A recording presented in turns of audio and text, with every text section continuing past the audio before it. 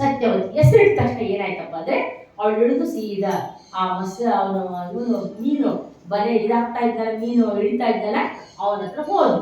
ಇವನೇನ್ ಮಾಡಿದ, ವ್ಯಾಸ ಹುಟ್ಟಿದ್ನಲ್ಲ, ಹುಟ್ಟಿದ ತಕ್ಷಣ ಕೃಷ್ಣ ದ್ವೈಪಾಯನ ಅಂದ್ರೆ ಆ ಸಮುದ್ರದ ಮಧ್ಯದಲ್ಲಿ ಹುಟ್ಟಿರೋದ್ರಿಂದ ಅವನು ಕಪ್ಪಾಗಿರೋದ್ರಿಂದ ಕೃಷ್ಣ ದ್ವೈಪಾಯನ ಅಂತ ಹೆಸರು ಇವರು ನಾಮಕರಣ ಮಾಡಿದ್ರು. ಸೀದಾ ಏನ್ ಮಾಡ್ದ, ಬದ್ರಿಕಾಶ್ರಮಕ್ಕೆ ಹೋದ್ರು. ಯಾರು? ವ್ಯಾಸ. ಬದ್ರಿಕಾಶ್ರಮಕ್ಕೆ ಹೋಗಿ ಅವ್ರು ಏನ್ ಮಾಡಿದ್ರು ಅಂದ್ರೆ, ಎಂತ ಒಂದು ಅನುಗ್ರಹ ಇದೆ ನಮ್ಮೆಲ್ಲರಿಗೂ. ನಾವು ಇವತ್ತು ಗ್ರಂಥ ರೂಪದಲ್ಲಿ ನೋಡ್ತಾ ಇದೀವಿ ಅಂದ್ರೆ ಅವ್ರ ಅನುಗ್ರಹನೇ. ಅಕ್ಷರ ಇರ್ಲಿಲ್ಲ, ಗ್ರಂಥಗಳು ಇರ್ಲಿಲ್ಲ, ಅವೆಲ್ಲ ವೇದಗಳು ಹೆಂಗಿದ್ವಪ್ಪ ಅಂದ್ರೆ ಎಲ್ಲ ಒಬ್ಬರ ಬಾಯಿಂದ ಒಬ್ಬರ ಬಾಯಿಗೆ, ಒಬ್ಬರ ಕಿವಿಗೆ ಒಬ್ಬರು ಕಿವಿಗೆ ಹೋಗ್ತಾ ಇತ್ತು. ಅವ 4 ವೇದಗಳು ಇರ್ಲಿಲ್ಲ, ಒಂದೇ ಒಂದು ವೇದ ಇತ್ತು, ಅದು ದೊಡ್ಡದಾಗಿತ್ತು. ಅವಾಗ ವೇದವ್ಯಾಸ ಅನ್ಕೊಂಡ್ರಲ್ಲ, ಇಂತಹ ಒಂದು ವೇದವನ್ನ ಈ ಮನುಷ್ಯನಿರೋದು ಆಯುಷ್ಯ ಎಷ್ಟು 100 ವರ್ಷ ಮಾತ್ರ ತಾನೆ, ನಮ್ಗೇನಿರೋದು ಎಷ್ಟಿದೆ, ಅದ್ರ ಹೋಗಾದುಗಳು ಜಾಸ್ತಿ ಇದೆ, ಇವ್ರು ಹೆಂಗ ಅಧ್ಯಯನ ಮಾಡಕ್ಕಾಗತ್ತೆ ಇದನ್ನೆಲ್ಲ ಅಂತ ಹೇಳ್ಬಿಟ್ಟು ಅವ್ರೇನ್ ಮಾಡಿದ್ರು, ಒಂದೇ ಒಂದಾದ ವೇದವನ್ನು 4 ಭಾಗ ಮಾಡಿದ್ರು. ಹೇಗೆ ಅಂದ್ರೆ 4 ಜನ ಶಿಷ್ಯರು ಕರೆದ್ರು, 4 ಜನ ಶಿಷ್ಯರು ಬೋಧನೆ ಮಾಡಿದ್ರು. ಆ 4 ಜನ ಶಿಷ್ಯರು ಯಾರಪ್ಪ ಅಂದ್ರೆ ಬೈಲ, ವೈಶಂಪಾಯನ, ಜೈಮುನಿ, ಸುಮಂತು ಅಂತ 4 ಜನ ಕರೆದ್ರಿಂದ ವೇದಗಳು ಒಂದೇ ವೇದ 4 ವೇದ ಆಯ್ತು. ಋಗ್ವೇದ, ಯಜುರ್ವೇದ, ಸಾಮವೇದ, ಅಥರ್ವಣ ವೇದ, 4 ಭಾಗ ಆಯ್ತಲ್ವಾ. ಆ 4 ಭಾಗಕ್ಕೆ 4 ಮಹಾವಾಕ್ಯಗಳಲ್ಲಿ ಮಹಾವಾಕ್ಯ ಬರೆದಿದ್ವಿ, ಹೋಗಿದೆ 4 ಮಹಾವಾಕ್ಯಗಳಿದ್ದಾವೆ. ಅಂದ್ರೆ ಅಹಂ ಬ್ರಹ್ಮಾಸ್ಮಿ, ತತ್ವಮಸಿ, ಅಯಮಾತ್ಮ ಬ್ರಹ್ಮ, ಪ್ರಜ್ಞಾನ ಬ್ರಹ್ಮ. 4 ನಮಗೆ ವೇದಗಳು ಓದಕ್ಕಾಗಲ್ಲ. ಒಂದೊಂದು ವೇದ ಪೂಜೆ ಪುನಸ್ಕಾರ ಹೇಗ್ ಮಾಡ್ಬೇಕು, ಇನ್ನೊಂದು ವೇದ ಹೇಳುತ್ತೆ ಯಜ್ಞ ಯಾಗಗಳನ್ನು ಹೇಗ್ ಮಾಡ್ಬೇಕು, ಇನ್ನೊಂದು ವೇದ ಹೇಳುತ್ತೆ ಎಲ್ಲ ಮನುಷ್ಯನ ಹುಟ್ಟಿ ಯಾವ ರೀತಿಯಾಗಿ ಜೀವನ ಮಾಡಬೇಕು, ಯಾವ ರೀತಿಯಾಗಿ ಬದುಕಬೇಕು, ಯಾವ ರೀತಿಯಾಗಿ ಅಂತ್ಯವನ್ನು ಬಳಸ್ಬೇಕಂತ ವೇದ ಹೇಳುತ್ತೆ. ಎಲ್ಲ ವೇದಗಳನ್ನ ಬೇರೆ ಬೇರೆ ಮಾಡಿಬಿಟ್ಟು ಎಲ್ಲ ಒಂದೊಂದು ಮಹಾವಾಕ್ಯಗಳಿತ್ತು. ನಮ್ಗೆಲ್ಲ ವೇದ ಓದಕ್ಕೆ ಕಾಲ ಇಲ್ಲ. 3 ವರ್ಷದಲ್ಲಿ ನಮ್ಗೆ ಏನಾಗಿದೆ, ಬರೀ ಊಟ ಮಾಡೋದು, ಅಡಿಗೆ ಮಾಡೋದು, ಕೆಲಸಕ್ಕೆ ಹೋಗೋದು, ಬರೋದು, ಮಾಡ್ಕೊಳ್ಳೋದು, ಇಷ್ಟರಲ್ಲಿ ನಮ್ಮ ಜೀವನ ನಡೀತಾ ಇದೆ.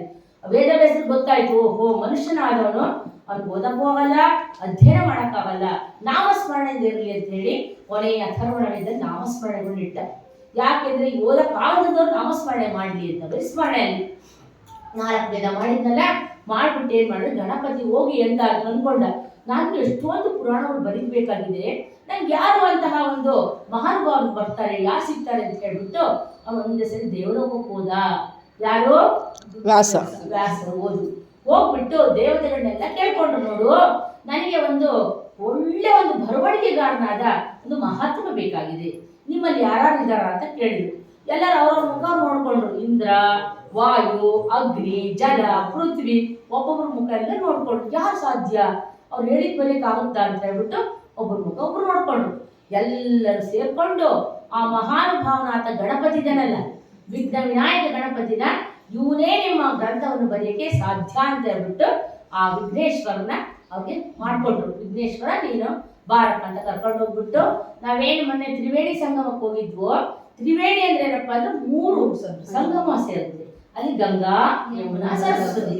ಅದೇನಾಗಿದೆ ಅಂದ್ರೆ ಗಂಗಾ ಯಮುನಾ ಫೋರ್ಸಾಗಿ ಬರ್ತಾ ಇದ್ದಾವೆ, ಸರಸ್ವತಿ ಗುಪ್ತಗಾಮಿನಿಯಾಗಿ ಬರ್ತಾ ಇದ್ದಾಳೆ.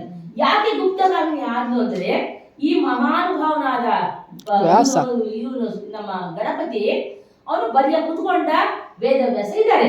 ಅವ್ರು ಹೇಳಿದ್ರು, ವೇದವ್ಯಾಸ ನೋಡು, ನಾನು ಬರಿತಾ ಇರ್ಬೇಕಾದ್ರೆ ನಿನ್ನ ಒಂದು ಲೇಖನಿ ಏನಾದ್ರೆ ಅಕಸ್ಮಾತ್ ನಿಲ್ತು ಅಂದ್ರೆ ನಿನ್ನ ತಲೆ ಸಹಸ್ರ ಓಡಾಗುತ್ತೆ. ತಲೆ ಏನಾಗುತ್ತೆ?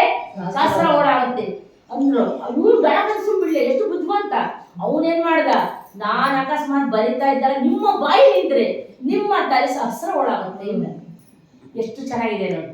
ಆಮೇಲೆ ಹೇಳ್ತಾ ಇದ್ದಾರೆ 18 ಪುರಾಣಗಳು, ಭಗವದ್ಗೀತೆ, ಬ್ರಹ್ಮಸೂತ್ರ, ಉಪನಿಷತ್ತುಗಳು, ರಾಮಾಯಣ ಎಲ್ಲವನ್ನೂ ಕ್ರೋಢೀಕರಿಸಿ ಬರ್ಸಿದ ಮೇಲೆ ಆಮೇಲೆ ಇವ್ರು ಬರ್ದಿದ್ದು, ವಾಲ್ಮೀಕಿ ಬರ್ದಿದ್ದು, ಇವರೆಲ್ಲವನ್ನು ಬರೆದ್ರು. ಯಾರ ಸಹಾಯದಿಂದ? ಗಣಪತಿ ಸಹಾಯದಿಂದ. ಗಣಪತಿ ಬರಿತಾ ಇದ್ದಾನೆ, ಅವಾಗ ಬೋರ್ ಗರಿತಾ ಇದೆ. ಯಾರು? ಸರಸ್ವತಿ ದೇವಿ ಬೋರ್ ಗರಿತಾರೆ ಜೋರಾಗಿ. ಅಮ್ಮ ತಾಯಿ, ನೀವು ಇಷ್ಟೊಂದು ಬೋರ್ ಗರಿದ್ರೆ ನನ್ ಬರೀ ಕಿವಿ ಕೇಳಿಸುತ್ತಾ, ನೀನ್ ಯಾಕಮ್ಮ ನನ್ನ ತಲೆ ಸಹಸ್ರ ಓಡಾಡಬೇಕಂತಿದೀಯಾ, ನೀನೇನಾದ್ರೂ ಮಾಡಿ ಒಂದು ಗುಪ್ತಗಾಮಿನಿಯಾಗಿ ಬಾರಮ್ಮ ಅಂತ ಬೇಡ್ಕೊಂಡಿದ್ಯಾರು? ಗಣಪತಿ. ಅದಕ್ಕೆ ಇವಾಗ ಸರಸ್ವತಿ ಗುಪ್ತಗಾಮಿನಿಯಾಗಿ ಬರ್ತಾ ಇದ್ದಾಳೆ.